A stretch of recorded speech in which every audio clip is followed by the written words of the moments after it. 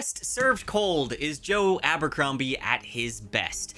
This is the first standalone of a set of 3 standalones that take place after the First Law trilogy. So you do benefit from having read the First Law trilogy, but you could read this just on its own as well. It is a fully contained story. And for context, this takes place 2 years after the events of The Last Argument of Kings. At its core, Best Served Cold is a simple revenge story. A mercenary general, Monza Mercado, is betrayed, her brother is murdered, and she herself is left for dead.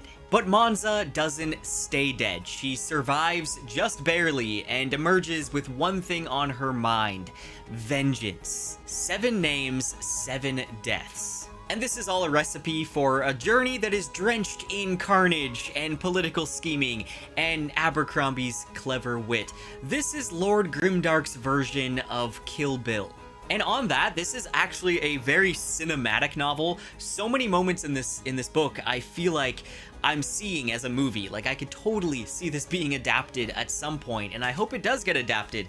There's so many brutal moments, so many twists and turns. I feel like it could work really well on the big screen. We're just lucky that it also works really well as a standalone novel. If you have read the First Law trilogy, then you probably know that Abercrombie's humor always kind of sneaks up on you. One second you're reading this like brutal execution, and then next there's a sharp one-liner that makes you laugh. Nikimo Koska, for example, the alcoholic, washed-up mercenary, never misses a chance to steal the scene with his drunken bravado. He is one of the best characters that Abercrombie has written. And I do feel like this is one of Abercrombie's best books. At the same time, I still missed the cast from the original trilogy. I mean, you can't really beat Glokta and Logan Nine Fingers. But I did enjoy the new cast here. It kind of feels like an evil version of the classic Fellowship. Call Shivers was a standout in this book. Now, Monza is a character you don't exactly like. She is cold and ruthless, and she's not really a hero.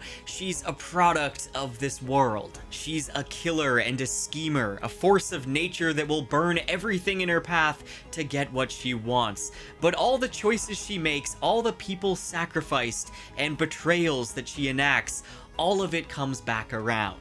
And when it does, it hurts. Sure, Monza cuts her way through her enemies, but with every death, she kind of loses a piece of herself as well. With every betrayal, she becomes more like the people that she's hunting. And for all of its violence, Best Served Cold isn't about the killing, it's about what revenge does to you.